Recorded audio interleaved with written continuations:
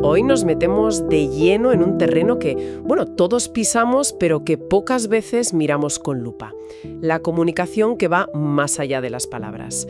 Vamos a hacer un análisis en profundidad del fascinante mundo de la comunicación no verbal y usaremos como guía principal el trabajo de Flora Davis. La idea hoy, nuestra misión, es desentrañar qué mensajes lanzamos sin querer con los gestos, las miradas, cómo nos colocamos, incluso, fíjate, con la distancia que mantenemos. Muchas veces ni nos enteramos, ¿eh? La gran pregunta es, ¿qué cuenta todo este lenguaje silencioso sobre nuestras relaciones y sobre nosotros mismos? ¿Estamos diciendo más de lo que pensamos? Para arrancar, pensemos en esa idea bastante chocante del investigador Ray Birdwhistell. Él calculó que en una conversación normal cara a cara, las palabras transmiten apenas un 35% del significado social. El resto, el resto es todo este universo no verbal. La postura, los gestos, la expresión de la cara, la mirada, el tacto. Exacto. Y es curioso, ¿no? Porque aunque esto lo intuimos desde siempre, el arte, el teatro, la psiquiatría siempre lo han tenido en cuenta, su estudio científico, digamos serio, es bastante nuevo. Empezó a despegar a mediados del siglo XX. Nombres como el propio Birdwhistell, claro, o Paul Ekman, Edward T. Hall, fueron pioneros. Y al principio se les miraba con un poco de escepticismo, como si estudiaran, no sé, humo. Y ahora vemos que es clave. Quizá por eso interesa tanto hoy, ¿no? Con esta búsqueda de una conexión más real. Pero, a ver, ¿cómo se aborda científicamente algo que parece tan esquivo? Cuadernos de conversaciones. Cuadernos de conversaciones. Cuadernos de conversaciones te trae ideas bien contadas, fiables y mezcla el rigor humano con la tecnología IA para despertar tu curiosidad. Pues precisamente desde muchos frentes. La psicología, por ejemplo, hace experimentos controlados. Miden cosas como cuánto nos miramos, por qué sonreímos en ciertos momentos. La antropología, por otro lado, nos enseña las diferencias culturales, que son enormes. La forma de moverse, de gesticular, varía un montón de un sitio a otro. Y la etología, que es la que estudia el comportamiento animal, nos da pistas súper interesantes sobre nuestros propios rituales. ¿Rituales? ¿Como los animales? ¿En serio? Sí. Por ejemplo, Adam Kendon analizó el cortejo humano y encontró paralelismos, asombrosos. Parece que hacemos dos cosas a la vez. Por un lado, mostrar atractivo, obviamente. Pero por otro, tranquilizar a la otra persona. ¿Y cómo? Pues a veces con comportamientos que recuerdan a los de los niños, o de sumisión, miradas un poco tímidas, inclinar la cabeza. Son gestos que bajan el miedo al contacto cercano, ¿sabes? De forma parecida a como muchos animales tienen rituales para evitar la agresión antes de aparearse. No somos tan diferentes en el fondo. ¡Qué curioso! Vaya, y supongo que la cultura aquí mete mucha cuchara, ¿no? Modela todo esto muchísimo. Recuerdo que Birdwhistell, el que llaman padre de la kinesia, que es el estudio del movimiento corporal, se dio cuenta de esto viendo cómo unos indios Kootenai cambiaban radicalmente sus gestos al pasar de hablar su lengua al inglés. Era como un bilingüismo corporal. Y lo mismo pasaba con Fiorello LaGuardia, el alcalde de Nueva York. Hay filmaciones donde gesticula súper distinto si habla inglés, yiddish o italiano. Totalmente. El contexto cultural es fundamental. Una sonrisa en el sur de Estados Unidos, donde la gente sonríe casi por defecto, no significa lo mismo que en Nueva Inglaterra, que son más reservados. Allí puede parecer hasta fuera de lugar. Birdwhistell insistía mucho en esto. No interpretes gestos sueltos. El ejemplo típico de frotarse la nariz. Puede ser picor, nervios, desaprobación, 1000 cosas. Solo tiene un significado claro dentro de un contexto y si forma parte de un patrón que se repite. Analizar esto bien requiere una paciencia tela. Él analizaba películas fotograma a fotograma. Madre mía. Y hablando de cultura y gestos, hay un estudio que siempre me ha parecido fascinante, el de David Efron. Comparó inmigrantes judíos e italianos en Nueva York allá por los años 40 para desmontar esas ideas racistas de que había gestos raciales. Y lo clavó. Demostró que los estilos eran culturales, aprendidos, no innatos. Los inmigrantes judíos por lo general gesticulaban más pegados al cuerpo, moviendo desde el codo de forma más contenida, digamos. Los italianos, en cambio, pues gestos más amplios, más expansivos, simétricos, usando las dos manos. Y lo interesante es que con la asimilación, a medida que se integraban, esas diferencias se iban suavizando. O sea que los gestos se aprenden, no van en la sangre, como se decía. Exacto, clarísimo. Es increíble cómo algo que parece tan universal como mover las manos al hablar esté tan marcado por la cultura. Incluso los emblemas, esos gestos que tienen un significado directo, como nuestro OK o el pulgar arriba, pueden ser una trampa, ¿no?, si viajas. Uf, totalmente. Un pelido. El gesto para indicar la altura de alguien, por ejemplo. Contaba Davis el caso de un profesor norteamericano en Colombia que indicó la altura de unos niños poniendo la palma hacia abajo. Y... Pues que se rieron de él, porque allí ese gesto es solo para animales. O sacar la lengua. Aquí es una cosa de niños, un poco maleducada. En el sur de China indica turbación. En Tíbet es señal de cortesía. Imagínate el lío. Jaja, sí. Definitivamente un mini diccionario de gestos locales no estaría de más en la maleta. Pero bueno, si los gestos cambian tanto, ¿qué pasa con la cara? Con las expresiones. ¿Son más universales o también dependen? Ahí la figura clave es Paul Ekman.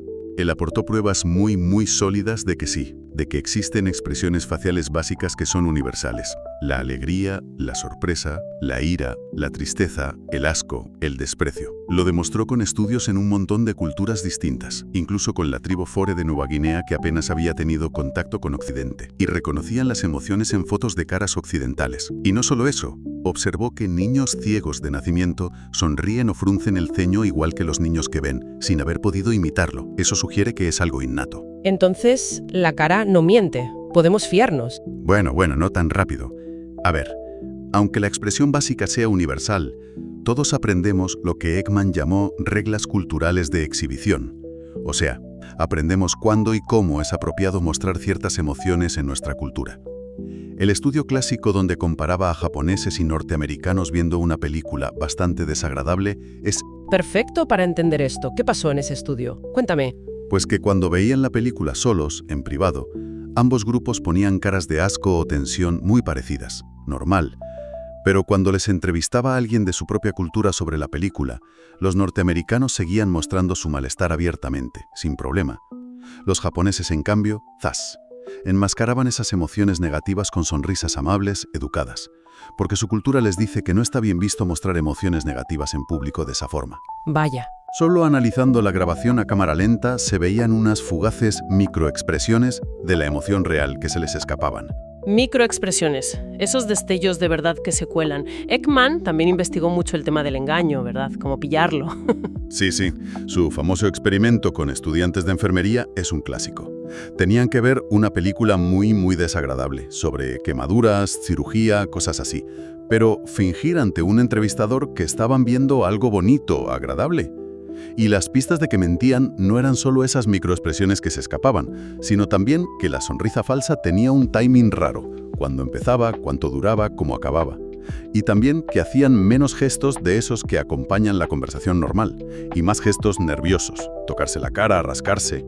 El cuerpo al final filtra la verdad, ¿sabes? Es fascinante. Y útil saberlo, sí. Aunque también da un poco de cosa pensar en cómo se puede usar para manipular, ¿no? Pero bueno, dejando la cara, ¿qué pasa con la mirada? ¿Cómo nos comunicamos con los ojos? Que parece súper importante. La mirada es, potentísima. No solo expresa emoción, como decíamos, sino que regula la conversación. Estudios como los de Adam Kendon demostraron cómo la usamos para dar y tomar el turno de palabra. Miramos al otro justo al final de nuestra frase, como diciendo, te toca. Y desviamos la mirada justo cuando empezamos a hablar nosotros. Si este baile no funciona bien, es cuando surgen esos silencios incómodos o nos pisamos al hablar. Ah, claro. Y también indica cosas sobre la relación, ¿no? Una mirada muy sostenida puede ser atracción, o también puede ser dominancia, ¿verdad? Exacto. Pasan muchas especies, y en la nuestra también. El individuo dominante, o que se siente así en ese momento, tiende a mirar más fijamente, a sostener la mirada. Evitar la mirada, por contra, puede ser sumisión, o desacuerdo, o timidez, incomodidad. O culpa. Hay experimentos muy curiosos donde la gente que mentía sobre si había hecho trampas en una prueba evitaba más la mirada. Excepto los que puntuaban alto en maquiavelismo. Esos miraban fijamente, como desafiando. ¡Jo, qué curioso! Y a veces, paradójicamente, cuando hay atracción mutua fuerte, reducimos el contacto visual. Quizá porque nos sentimos demasiado expuestos, vulnerables. Y luego está el tema de las pupilas, que eso sí que es totalmente inconsciente, ¿no? Sí, lo de la pupilometría de Eckhart Hess es sorprendente. Él descubrió, casi por casualidad, que nuestras pupilas se dilatan no solo por la luz, sino también cuando vemos algo que nos interesa, que nos gusta, que nos emociona. Sí. Vemos algo que nos atrae, y las pupilas se abren como platos. Y lo más increíble es que parece que reaccionamos, también sin darnos cuenta, al tamaño de las pupilas de los demás. En sus experimentos, los hombres heterosexuales preferían fotos de mujeres con pupilas dilatadas, que inconscientemente interpretaban como señal de interés, y las mujeres lo mismo con fotos de hombres con pupilas dilatadas. Es una señal biológica súper sutil que captamos. Es como si hubiera una conversación secreta, ¿no? Ocurriendo a un nivel casi invisible. Y hablando de lo invisible, está lo del espacio personal. Esa burbuja que dicen que todos llevamos. Ese es el campo de Edward T. Hall y su proxémica. Hall defendía que esta necesidad de espacio es biológica, como en los animales, que tienen sus distancias de fuga, de ataque. El domador de leones juega con eso, por ejemplo. Él alertó mucho sobre los peligros del hacinamiento, basándose en estudios con ratas que mostraban un derrumbe del comportamiento, un caos social, cuando las metían en espacios muy reducidos. Suena preocupante, pensando en nuestras ciudades. Bueno, la extrapolación directa a humanos siempre es delicada, claro. Pero sí que vemos que reaccionamos al espacio. Mantenemos más distancia con gente desconocida o con personas que nos generan incomodidad, como enfermos o personas con discapacidad, tristemente. Defendemos nuestro territorio en sitios públicos, una mesa en la biblioteca, un banco en el parque. Y por supuesto las diferencias culturales aquí son gigantes. Sí, eso se nota mucho. Claro. Lo que para un norteamericano es una distancia normal para charlar, para alguien de cultura árabe puede parecer frío, distante, porque ellos interactúan mucho más cerca físicamente. Imagínate las negociaciones internacionales o el turismo. Un lío. Todo esto va tejiendo como una danza invisible, ¿no? Y supongo que la postura corporal también es una parte clave de esa danza. Fundamental. La postura puede decir mucho de la relación entre las personas. ¿Te has fijado cómo a veces, sin darte cuenta, si estás a gusto con alguien, acabas adoptando su misma postura? Sí, es verdad. Es el eco postural o la congruencia postural. Es una señal de rapport, de que hay conexión, sintonía. Y al revés, posturas muy diferentes, no congruentes, suelen indicar distancia psicológica, tensión. Y también la postura dice cosas de uno mismo, ¿no? Lo típico de los hombros caídos si estás triste o deprimida. Exacto. Puede reflejar el estado de ánimo del momento, claro, pero también rasgos más profundos de personalidad o incluso nuestra historia. Psicoterapeutas como Wilhelm Reich hablaban de la coraza del carácter. La coraza del carácter. Sí. Tensiones musculares crónicas, rigideces, que se forman como defensa y reflejan bloqueos emocionales antiguos. Y algo más simple, la orientación del cuerpo es un indicador clarísimo de dónde está nuestra atención real. Si alguien te habla pero tiene el cuerpo medio girado hacia la puerta, mala señal, probablemente quiere irse. Habrá que fijarse más en eso. Pero lo que me dejó loca cuando lo leí fue lo de la sincronía interaccional. Eso de que nos movemos al ritmo del que habla sin darnos cuenta. De verdad. Más alucinante, sí, de William Condon. Analizando películas a cámara súper lenta, vio que el cuerpo del que escucha se mueve en una sincronía perfecta, a nivel de microsegundos, con los ritmos del habla del que está hablando. Es como una danza inconsciente que nos conecta. Y lo más fuerte es que lo observó hasta en bebés de pocos días de vida, moviéndose exactamente al compás de la voz de su madre. ¿En bebés? Pero, ¿cómo es posible? ¿Cuál es la explicación? Condon creía que tiene una base neurológica muy profunda, que nuestro sistema nervioso de alguna manera vibra o resuena en respuesta al sonido del lenguaje, y eso nos conecta a un nivel muy básico. Hay incluso estudios más recientes con electroencefalogramas que muestran cómo las ondas cerebrales de dos personas que conversan a gusto llegan a sincronizarse. Madre mía, increíble. Eso podría explicar por qué a veces sentimos una conexión inmediata con alguien sin saber muy bien por qué, ¿no? O al revés, una desconexión total, que no fluye. Podría ser una de las claves, ¿sí? Las dificultades en esta sincronía podrían estar detrás de muchos problemas de comunicación, incluso entre culturas distintas. Y relacionado con esto, Elliot Chappell estudió los ritmos de la interacción. cuánto tiempo hablamos seguido, cuánto tardamos en responder esas cosas. Descubrió que estos patrones rítmicos son bastante estables en cada persona y revelan rasgos como la dominancia, la sumisión, la iniciativa, y que desajustes continuos en estos ritmos, que uno siempre interrumpa o el otro tarde mucho en contestar, pueden acabar destrozando una relación. Quedan dos sentidos que a veces olvidamos en comunicación, pero que Flora Davis también menciona. El olfato y el tacto también comunican. Muchísimo. Aunque en nuestra cultura occidental los tengamos un poco reprimidos o descuidados. El olfato es vital para muchísimos animales, para identificar a otros, detectar peligro, el sexo, marcar territorio. En humanos, aunque lo tengamos menos desarrollado, hay indicios de que captamos y emitimos señales químicas, las famosas feromonas. Se especula mucho sobre su papel en la atracción sexual, en el contagio de emociones en una multitud, aunque la reacción está muy filtrada por la cultura, claro, no es tan directo como en los animales. Ya. ¿Y el tacto? El tacto es, quizá, el sentido más primitivo y fundamental. Los experimentos de Harlow con los monitos bebés fueron tremendos. Demostraron que la necesidad de confort de contacto, de abrazar a la madre de felpa, era incluso más fuerte que la necesidad de comer. El contacto físico en la infancia es absolutamente crucial para un desarrollo emocional sano. Su falta puede llevar a problemas en la edad adulta, a lo que Ashley Montague llamaba hambre de piel, y a dificultades para establecer relaciones íntimas. O sea que todo esto empieza súper pronto, desde el principio. Incluso antes de nacer. El feto ya es sensible al ritmo del corazón de la madre, a su movimiento, a su voz filtrada.